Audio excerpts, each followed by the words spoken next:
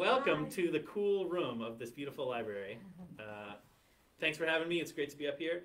We're going to get started by talking about loons today, if you couldn't tell from our banter for the past few minutes. I will introduce myself a little bit more in a minute, but I'm from Maine Audubon, and I'm here to talk about some of the work that we've done over the decades to protect these beautiful birds. And I'm going to save the spoiler for the end about how are they doing, right? So that's sort of the lingering question overall. But I'm contractually obligated to start with a slide like this. I work for Maine Audubon. Maine Audubon is the oldest and largest wildlife conservation organization in the state of Maine. We trace our roots back to 1843 when we were the Portland Society for Natural History. We are not actually officially affiliated with the National Audubon Society, but we do a lot of the same things. We are a state-only organization. We protect birds, but not just birds, all wildlife and wildlife habitat. And we have 10,000 members, 2,000 volunteers, 7 chapters, sanctuaries free and open to the public around the state. And we educate people and kids about Maine wildlife. We have scientists on staff who monitor populations of different creatures, see how they're doing. And we have advocates who take what we've learned from our scientists and bring it to Augusta, bring it to Washington, D.C. to try to protect Maine wildlife. If you're not a member, I encourage you to join us. It's a great group. But today we're talking about these, and man, if this is this a prettier picture than that goth one at the beginning? I think it is. You can see that iridescence you were talking about. Yeah, that green. You see that green right there? Man, if common loons aren't the most beautiful bird, then we could have a fight about it. There's lots of debates about, but they're up there, right?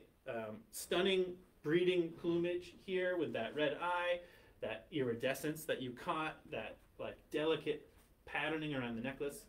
Gorgeous birds and famous around Maine, right? They're sort of an icon. Anywhere that has a lake nearby, anybody who lives near a lake or visits a lake knows that a loon is sort of an iconic part of a Maine summer. We put this slide in here because they're not just beautiful birds to look at. They're sort of a part of our identity, right? We sort of associate loons with a Maine summer. And so do a bunch of businesses, right? Sometimes these are just a sampling of some loon iconography that folks have seen around the state. Sometimes it's stores, sometimes it's breweries, like this brewery here. Sometimes it's things that have nothing to do with loons, even the slightest, like a driving range. I don't know. I think that's probably frowned upon, driving golf balls at loons, actually.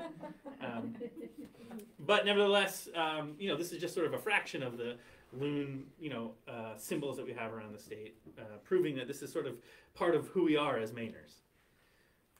All right, so this program is broken up into two halves. We're going to start by talking about the common loon that we have here in Maine, its life cycle, facts about it, things like that. Then we're going to talk about some of the work that Maine Audubon has been doing to learn about them and protect them. So we're going to start with this guy. So about the loon. Common loon, look at this. They're big, right? They're really big birds. They are about 46-inch wingspan, which is 4 feet or so.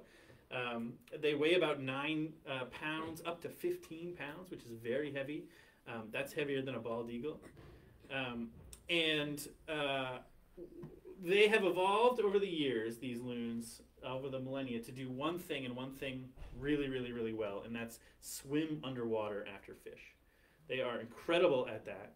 And their bodies have undergone these transformations that allow them to be really good at swimming underwater, but sort of maybe not so good at some other things that we'll talk about. But let's talk about the good stuff. This is the loon skeleton, as you may have guessed. And you can see that they are perfectly evolved to be underwater predators. You do not want to be, if you're a fish, you do not want to see this guy coming. We can start with the back half there. You can see that a loon has evolved to have its legs right on the back of its body. So it's got these big old feet, these big old webbed feet. And when it's underwater, the legs aren't underneath it like a duck, but they're set right at the back, which allows them to push themselves through the water very fast and move very quickly. So be very maneuverable as they chase fish. Fish are not easy to catch underwater. Then, of course, they have that long neck with that spear-shaped bill at the tip. That thing is a deadly instrument, right? And they use that to come after and gobble up fish underwater. They're really good at it. This, I should say, is a sort of body type that has existed almost as long as birds have existed at all. These are not necessarily related to loons, these two creatures, Neogornis and Hesperothurian, from the time of the dinosaurs. These were some of the earliest birds as they were splitting off from the dinosaurs. And they had very similar body types to modern loons. They had the legs evolved on the back, they had the long neck. So this is a effective body type if you want to chase fish underwater for a long time. So, okay, we know that they're really good underwater. They had to evolve, they had to give back some things to be really good underwater. One of the things that loons are not really great at is flying. One of the things that helps loons be so good underwater is that, unlike most birds, loon bones are solid, right? It makes sense if you think about it. If you're a bird that wants to fly all the time, you want to be as light as possible, because the heavier you are, the harder it is for you to fly. But if you are a bird that wants to swim all the time, you don't want to be light. You want to be heavy. That lightness actually makes it harder for you to stay underwater. You're fighting the buoyancy of your light bones. And so loons, because they make their bread and butter by being really good underwater, have evolved to have solid bones, which means they're heavier than a normal bird. They're about as heavy as a bald eagle, like I said, which is a much bigger bird than they are. And that's great when you're swimming. They win there. Not so great when you're flying, right? It means that loons have a really pretty hard time flying, and especially getting out of the water. Anybody seen a loon take off a lake before? They got to just kick and thrash and move. They need about a quarter-mile runway to get off the water. It's actually a serious problem. I don't know if this happened up here at all, but basically, and I'll just, the deal with the loon, well, I'll talk about that in a second. Well, loons have to get off the lakes in the winter before it freezes. If they don't, then they die. They can't take off, or they get frozen solid. And so because a loon needs so much open water, if they don't get off in time, it freezes in, then they can get stuck. It happens every winter somewhere. And so that's a real threat for loons, and it's a real, a loon's summer, as we'll get into, is really about raising their chicks to the point where they can fly as soon as possible, so they can beat the freeze coming. All right. There are 5 species of loons in the United States. We have 2 in Maine. One that breeds here, and both of them that winter here. So we have the common loon that breeds here. But you can see it's sort of not so common. This map is a little counterintuitive. Usually red means summer and blue means winter. This one is flipped for some reason. So yeah, sorry about that. I didn't make this. But the blue there is the breeding range of the common loon. And you can see that Maine is basically the southern end of their eastern range. There are a few loons down into coastal New Hampshire, a few in Massachusetts, but that's really it. Maine is sort of the largest eastern population of them, and one of really only a few American states other than Alaska that has populations of common loons. The other loon that winters here is called a red-throated loon. Does not breed here, but you can see it on the oceans. And a loon breeding season versus wintering season. So like I said, they're a freshwater bird. They breed on freshwater lakes. Those things freeze in the winter, and they got to get the heck out of there, right? Because they're not great flyers, loons are basically trying to go only as far as they can in the winter to find open water. And that means the ocean, generally. And so our common loons that we have breeding on lakes around here, breeding on lakes in Maine, typically spend their winters in the Gulf of Maine. It's pretty cool. Red-throated loons, which breed much further north in Canada, also are looking for open water, also come down here. So we can talk about them later, but those are our 2. Let's go. Where'd that go? Nope. This is how that goes here. You can see that loons aren't really trying to fly. Some fly pretty far down the Mississippi, and some even go as far as the Gulf of Mexico, or the Gulf of California down there. But in Maine, and this is some radio tagged loons that have been found in Maine, they're just coming to the coast. And so it's pretty cool. So if you have loons on your lake locally here, and then you go to anywhere on the Maine coast, you may see your same loons hanging out. Our loons are probably here year round. So that's what they do. In the winter, they come down on the ocean. It takes about 4 years for a young loon to be old enough to go back to freshwater to have a breeding territory. And so in the summer, there's actually still loons all out on the ocean. So right now, if you were to take a boat out whale watching something, you'd probably see young loons hanging out on the ocean all year round. But for those of them that are ready, it's time to go. So the breeding season starts as early as they can, right? Male loons defend territory. Territories are a big deal for loons. They want to have the nicest breeding areas, places for their nests, most fish, things like that. And so males vigorously defend their territories against incursions from other males. And it also means they try to get there as soon as possible, because if they are first on the territory, they can defend it. And so loons typically leave male loons typically mid-April, trying to get up to freshwater, which is pretty early, right? Because it's dangerous if they mess that up. We've all been in April in Maine and been like, I think spring is coming, and then a huge snowstorm comes. That's more dangerous for them. But they come up in mid-April, try to get on their territories, and there are often battles.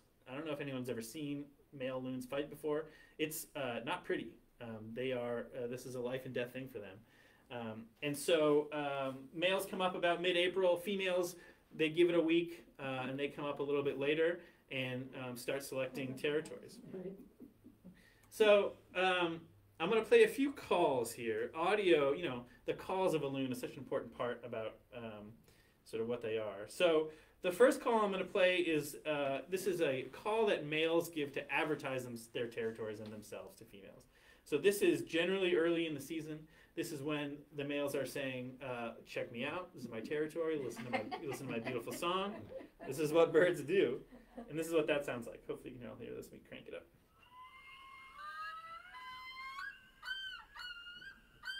Heard that? Yeah. Play it for the people on the internet. There you go. Beautiful call. Often accompanied by this little dance here. See that there? The scientists call that the penguin dance. And it looks kind of silly, but it's a very important display for loons. What that loon is doing is showing females how strong it is. And the way he's doing that is he's lifting his entire body out of the water and running over the top of the water. It's pretty remarkable. Like I said, loons have their feet all the way to the back of their body, so if they want to get out, they have to really get their entire 15 pounds of body weight out of the water and run around. Have you ever treaded water before?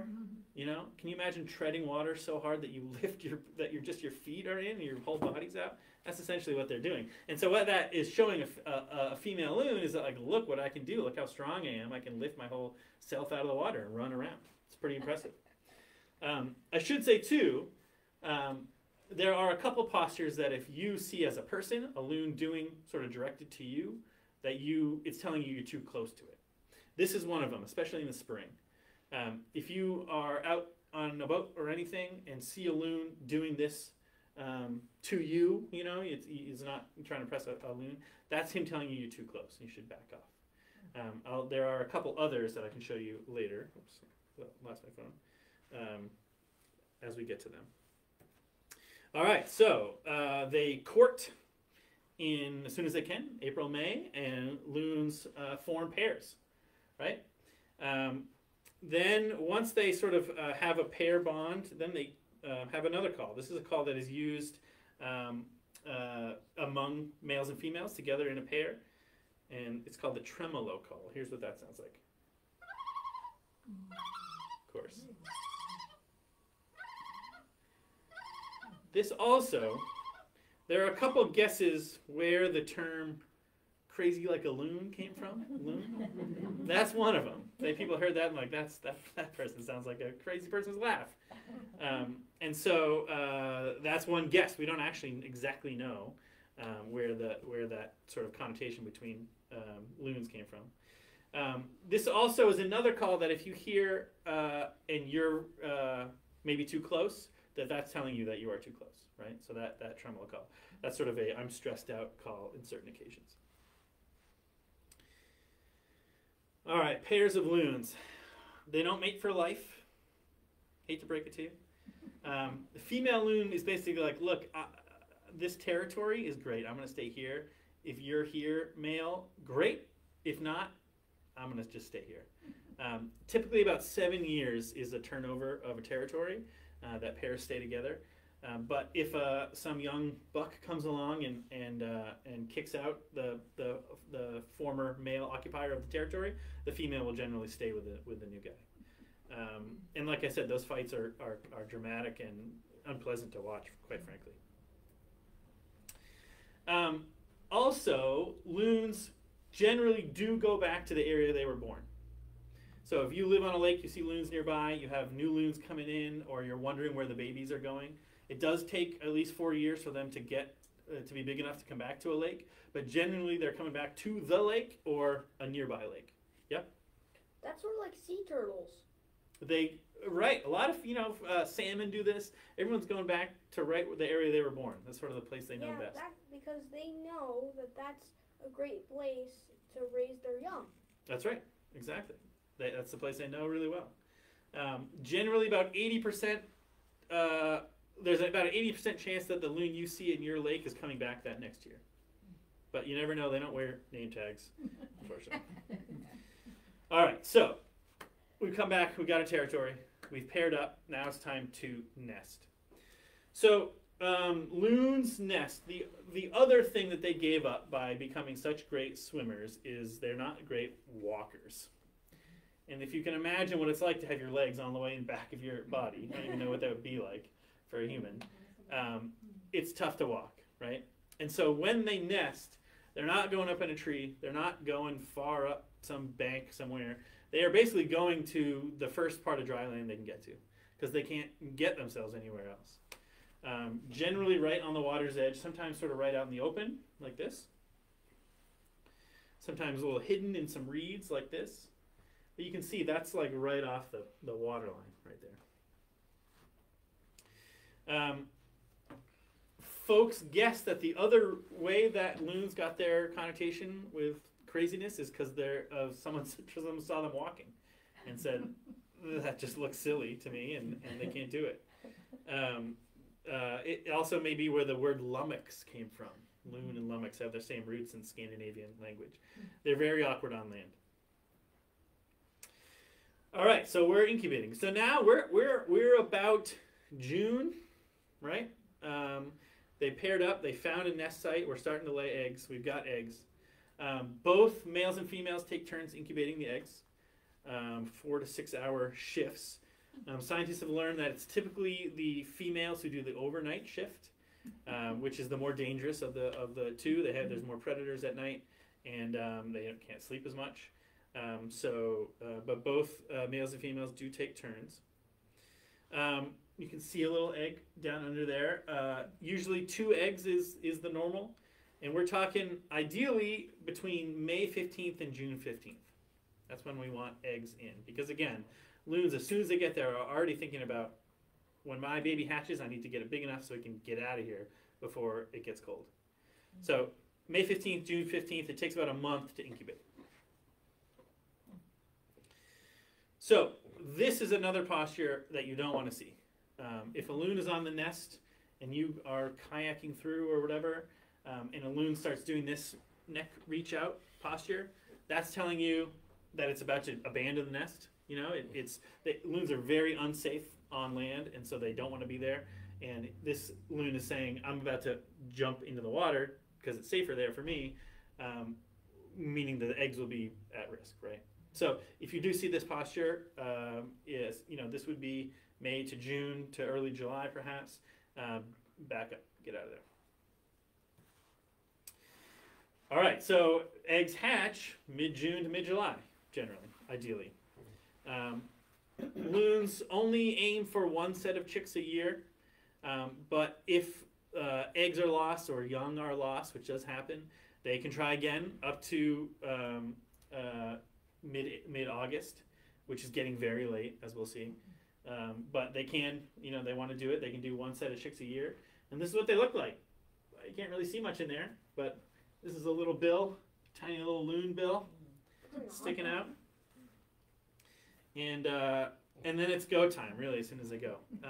Baby loons are very feisty. is what our scientists tell us. They fight and battle like a lot of siblings do. Not you guys though, probably good guys up here. They really go after each other and are excited. I've been told by a scientist that this baby loon on the left is actually just trying to just get away from his annoying sibling on the right. It's not hunting or anything. It's just like, I need to stick my head underwater to not hear you anymore. They weigh about a stick of butter. That's how much they weigh. Small guys, and they really are at risk as youngsters. Baby loons are predated from above by eagles, from below by pike and other fish. One of the safest places for the first couple weeks is actually right on their parents' backs. See that baby loon sticking out there. Not a bad gig, probably. So once the babies are born, then there is another common call that you hear between loons. This is sort of a family check-in call. This is just, a lot of birds do this, called a contact call, where it's just, pairs or families have just a little like, you good? You good? You good? Everybody good? You good? Not eaten by a pike? No? Here's what that sounds like. Very simple hoot call. If you're lucky and have had them come by, you can hear this sometimes. Very simple little contact call. There's another contact call that is maybe the most famous loon call, called the wail. This is a sort of family-to-family contact call. So this is like, especially at the evening or at night, families of loons being like, Johnson, you good? Down that end? Everybody good? Down this end? Everybody okay on this end of the lake? The wail call. Classic.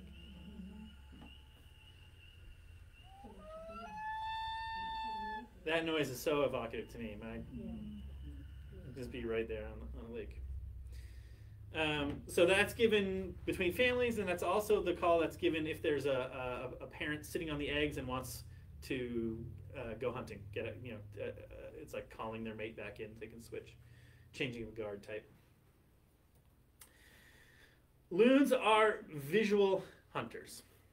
So loons swim around. They keep their head underwater looking for fish down below, and when they find them, it's pretty much all over. You do not want to be seen by a loon if you're a fish. They are really good fast swimmers. They can dive up to 100 feet. The thing about being a visual hunter is you need clean water, right? You need to be able to see what you're going after. So that's an important piece of conservation, as we'll find out. So there's a couple gross-looking dead fish slides coming up, just so everybody knows. So get prepared. Here's one of them. I told you. This is like a typical loon belly. Loons eat their fish whole, of course. They don't have hands to cut with, or forks and knives to do anything with, or talons to like an eagle to tear apart. So when they catch a fish, you may have seen this, they sort of turn it around so the spines are not going to spike them, and they just swallow the whole thing. About 2 pounds per day for an adult loon. When you total up the amount of fish that a family of 4 needs for a summer, 5.5 months or so, about 940 pounds of fish. Which means that typically a pair of loons, a family of loons, needs about 18 acres of water to provide them fish. That can change for various reasons, but it's a lot of fish and a lot of water. They take everything they can get, right? Sometimes it's sort of reasonable sized meals. Here's a nice perch, maybe. There's a nice little morsel. Sometimes it's bigger ones. Again, they can't cut it up into smaller bits, and when they catch a fish, they turn it around and swallow down. You see all these fish are going down head first. Look at this guy, just regretting that decision, perhaps.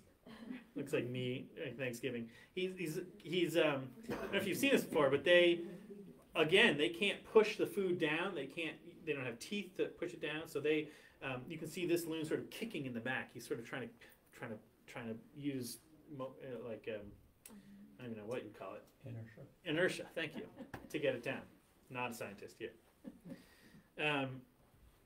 likewise, they're feeding the babies right off the bat.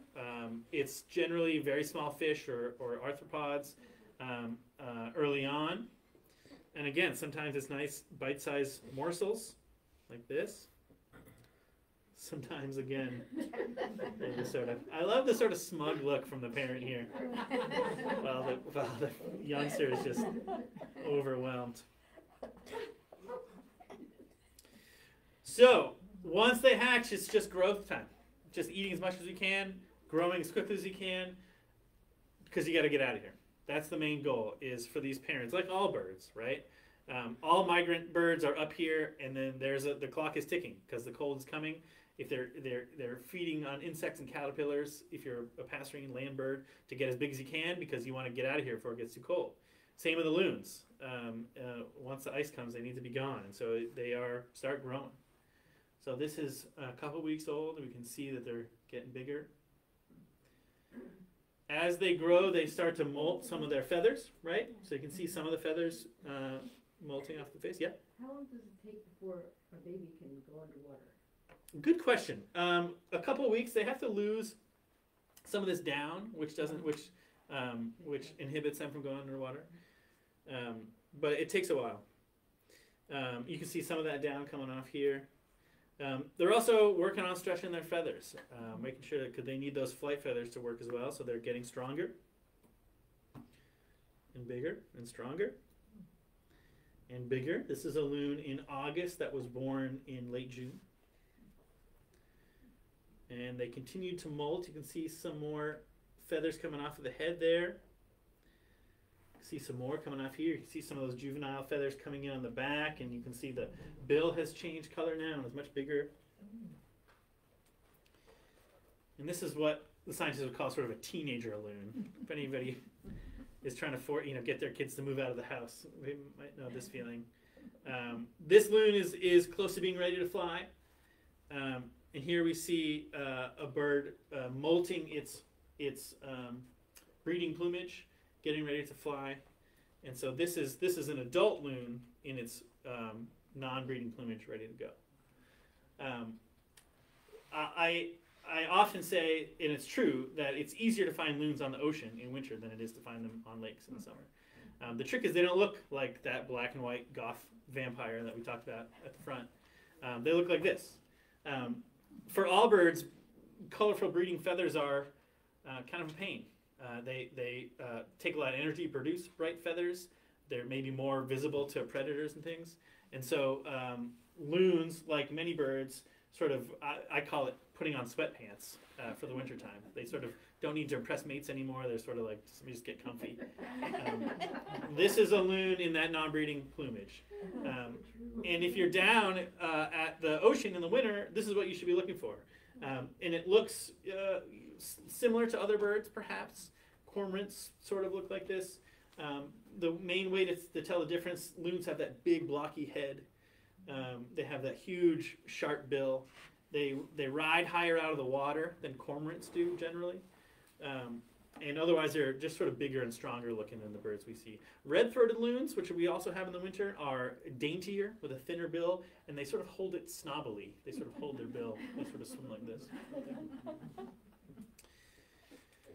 All right, so that's the year of a loon. Maine Audubon is known for forever that loons are iconic in Maine. We all love them. But in the early 80s, we said, well, we don't know how they're doing. Are their populations going up or down? Are there threats? What are the threats? We don't know.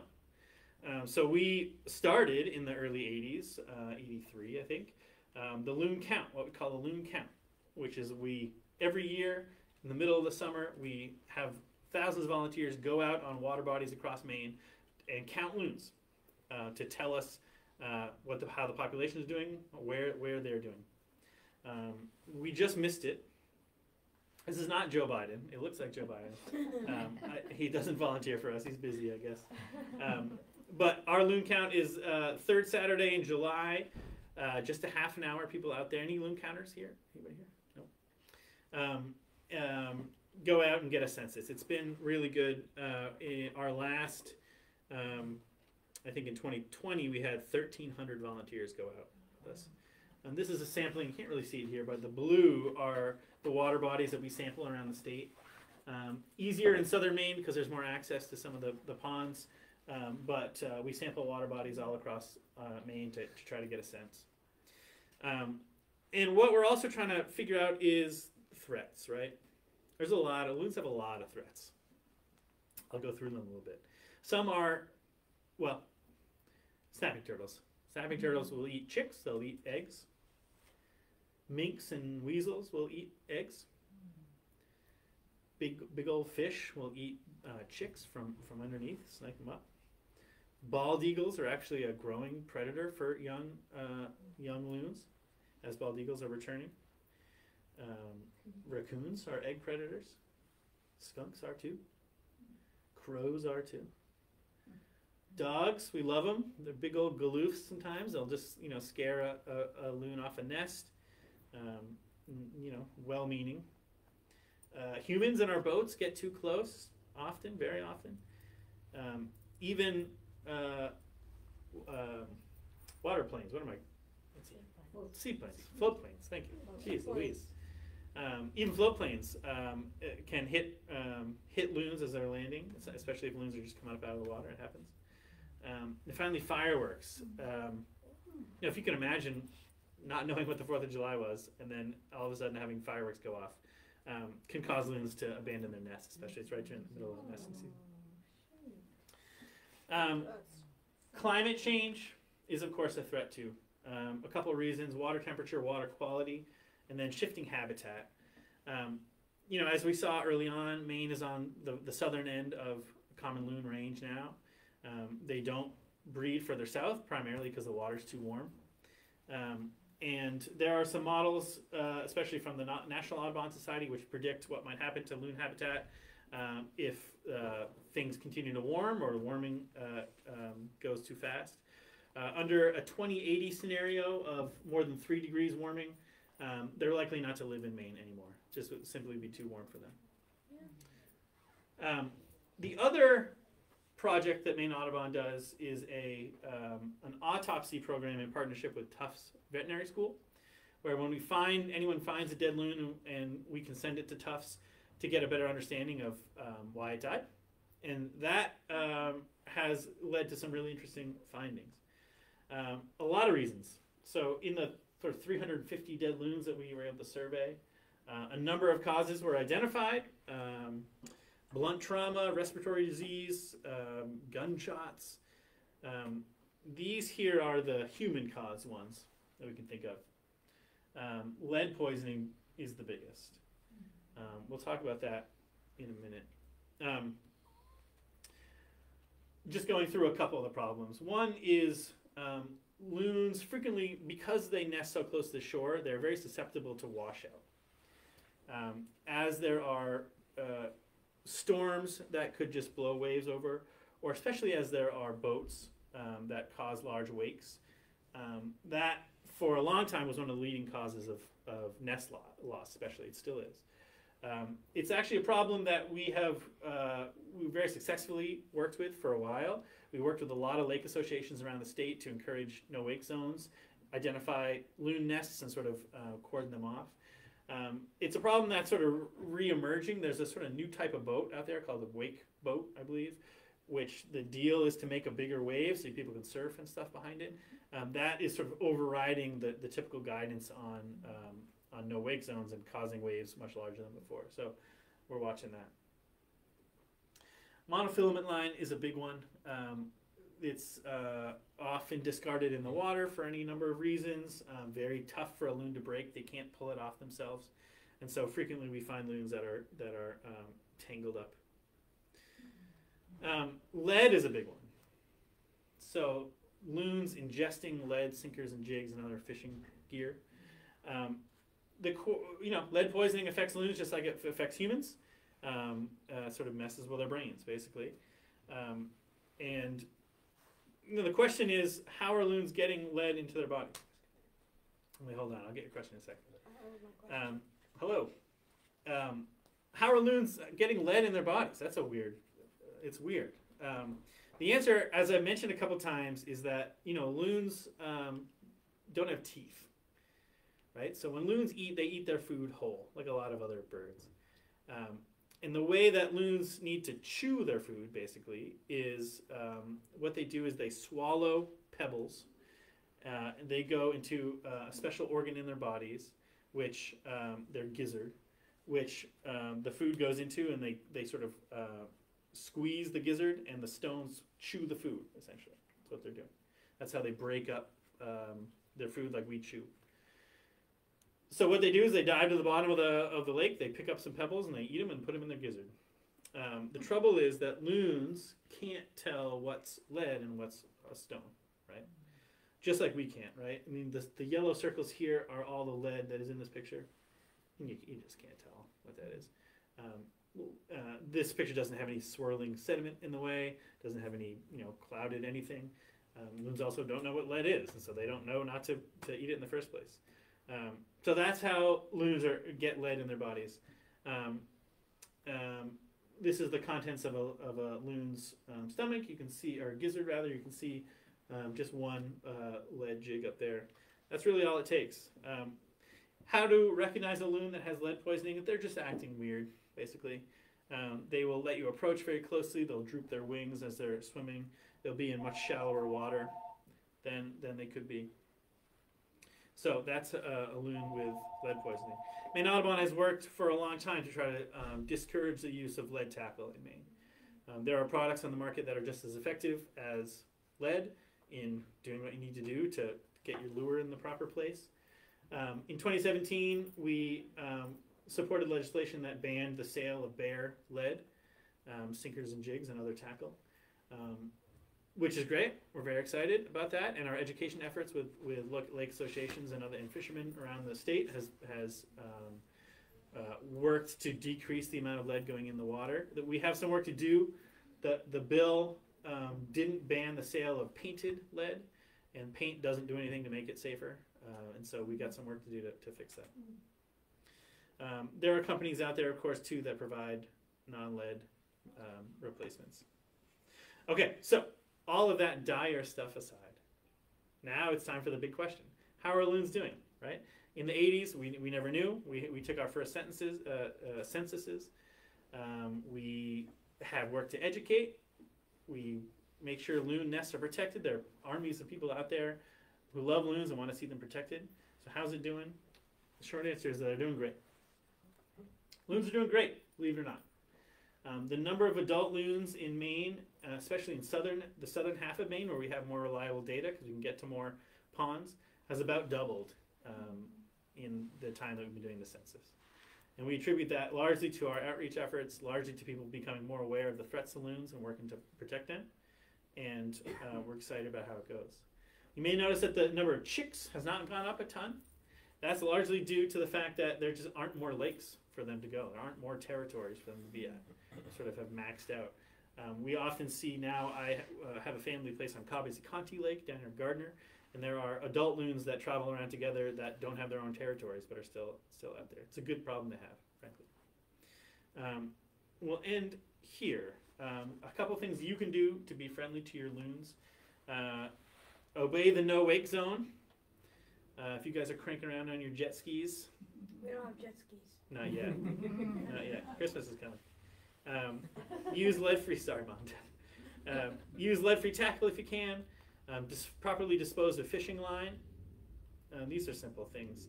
If you live on a lake and you're using fertilizer for your lawns, if you use phosphorus-free fertilizer, that helps keep the water quality in the lake appropriately clean. If you see a loon on the nest, especially, keep your distance. Loons on the water, we may have been lucky to have that experience where they surface right near you as they're fishing. That's great. If they're showing signs of distress or hooting at you or making other indications that you're too close, back off. But otherwise, if you're out on the water and they're close, then you're fine. Enjoy the cool time. And then try to discourage the presence of nest predators. That's about it. So that's it. Thank you. Lynn. All right. I want to make sure I left some time for questions. So if folks have questions, I know that you, young man, had one at one point. Yeah. Okay. So I got a question. So why did you not try? I thought you said you banned the use of lead fishing products and stuff. Mm-hmm. But wouldn't painted lead, like the loons would be able to see that it's not rock? That's a great point. You would think so, and maybe they do in some cases, but if they're down underwater and maybe the thing has been covered in some mud, or there's like swirling mud underwater, in the bottom of a lake, how it's sort of not perfectly clean, that's how they could get it in. Okay. So, yeah, we got some work to do there.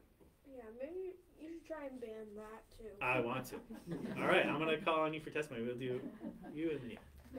The color variations in the black and white, is there differences between different loons that you could figure out that's one that's been there before? Good question. No. It's an intricate pattern, but a fairly set pattern. I say no, but I've never heard of anybody studying it closely. I know it's not like a zebra or whatever that's, clearly sort of, they look striped, but different stripes. Loons is the same number of things. So there may be someone who is able to do it, but generally you can't tell one loon from another, unfortunately. Yes, ma'am. Is there any differentiation between male and female in appearance? Males are generally larger, but that's it. It's hard to tell them apart, and sometimes you cannot. Yeah, without getting very personal. So can they get lead poisoning from eating a fish that's eaten tackle too, or is it mostly just from the gravel? Good question.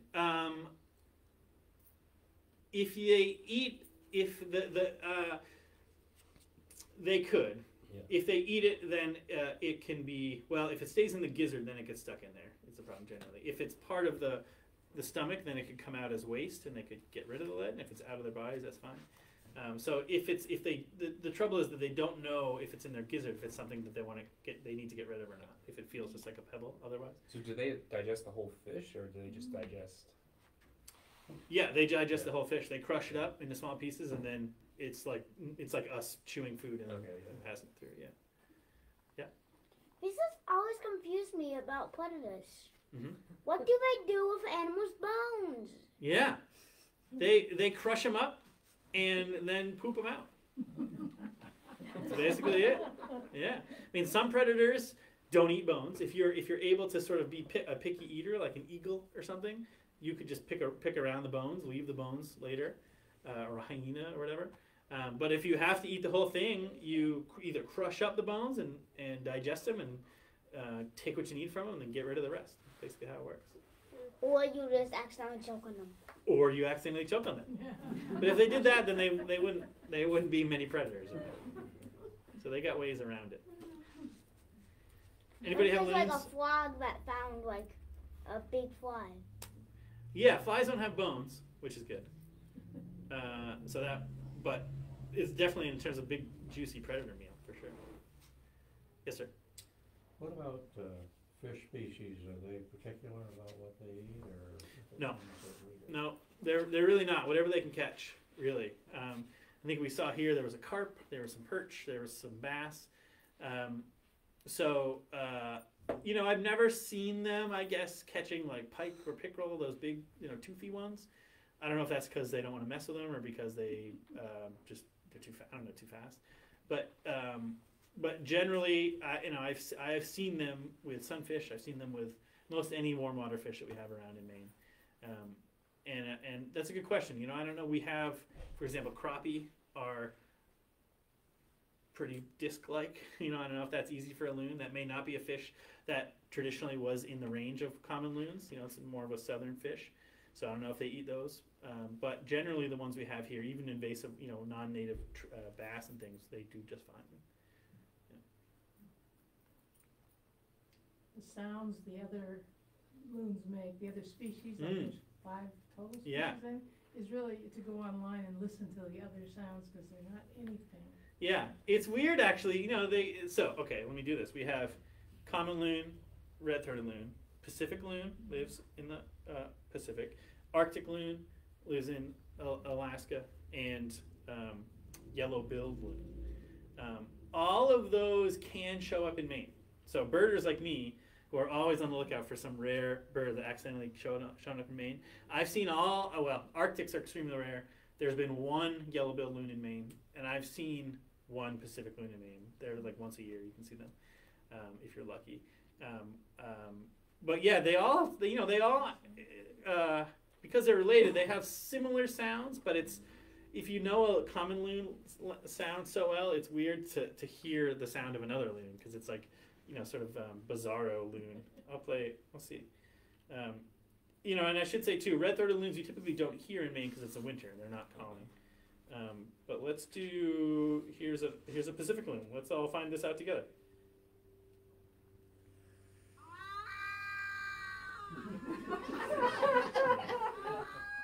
That sounds awful.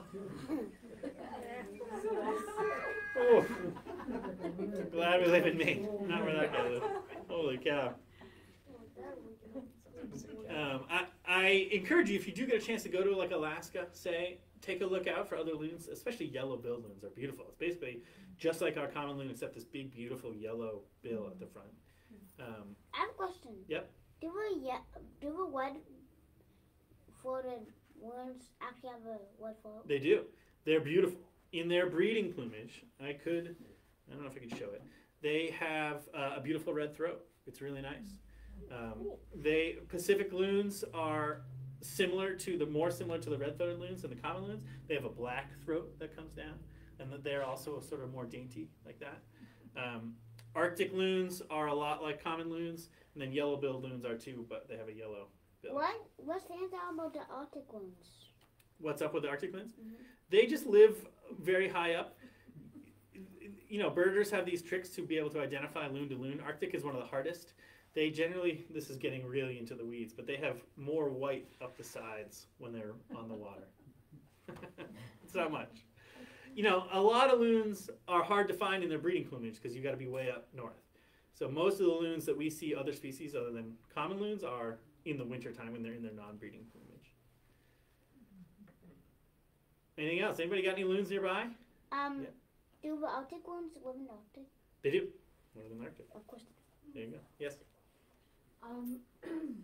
Mine is not, it's a question, but a few years ago, I saw the strangest thing. I think it was September, and a bunch of loons started kind of rafting up in the cove, and they stayed there, and I think they were calling, but then some would leave, and some would come back, and I just stood there mesmerized watching this. It went on for hour, and I always wondered what they were doing. September is a cool time for loons because the breeding season is generally over. The babies are big enough to fly, and they lose the need to be very territorial. And what you see a lot of times is loons raft up, is loons get together in groups, which during the spring does not happen. But in the fall, they're like bygones, and they get together and socialize. So it could be groups of young loons that are together and sort of, working it out. Could be adult loons that are just socializing after the year as they, stage and work their way south. It's much more common to see large groups in the fall working their way, getting ready to migrate south. I don't know what they were particularly doing. They generally just hang out and fish and socialize. But you do see the groups where you don't see that other times. Right. I mean, it was a circle. It was a very large circle of loons, and then some would leave, and then come back. I thought maybe they were like planning what they were going to do when they left. Yeah, could be. I mean, that probably is. You're going to do this, and you're going to do this. Yeah. I don't know. It just looked so organized. Yeah. It was quite something. I've never seen it again. Yeah, we don't really know what to talk about. We know a lot of birds do share information about, feeding areas and things, crows especially. And I would assume that loons, especially when you aren't worried about territory or raising your babies and making sure that you get all the food, do share information about there's a great school of fish, over there. That's quite possible. It could be like some sort of menacing ritual if they're pagan, if they're vulture or vampire gothland. Maybe they're just. In that case, I would get out of there. That's another sign that you're too close. pretty benign. Yeah, okay. It was just interesting. Yeah. Didn't look like, nobody was challenging anybody else. Yep. There weren't any, didn't look like. They're really much more social in the fall when they don't have to, defend the territory anymore. Like a convention. Yeah, like a convention. They're comparing notes. Yes, sir. I got a guy in my co, we got a new 275 horse Yamaha, Mhm. and he likes to blast 200 yards in 5 seconds. Mm-hmm. And I was wondering if you had any of those signs. I was thinking of making one up myself. Yeah. I was wondering if Audubon has any signs for characters like that. I don't know about for characters like that. We have signs, and I'd be happy if I get your contact information to put you in touch with our loon folks who have a better sense of what they have than I do. But we do have signs. Typically, lake associations will have them. We work with a lot of lake associations to get different signs out there. A lot of them are signs that identify nests. I should say too, boats, very fast boats. Through Maine Audubon's work, we do look at mortality causes. Lead is now no longer the leading cause of mortality. It's now blunt trauma. And that's typically from boats. From fast, a loon will be underwater, it'll come up, and then a boat will hit it. You think that's a pretty rare chance, and it is. But when you're on a lake all day, every day, and boats are cruising every day, it's just a matter of time at some point. And so, it's hard to know what to say about that. You can't, where a loon is when it's underwater. But certainly keeping an eye out and keeping your speed low if possible, and watching out for loons helps a lot.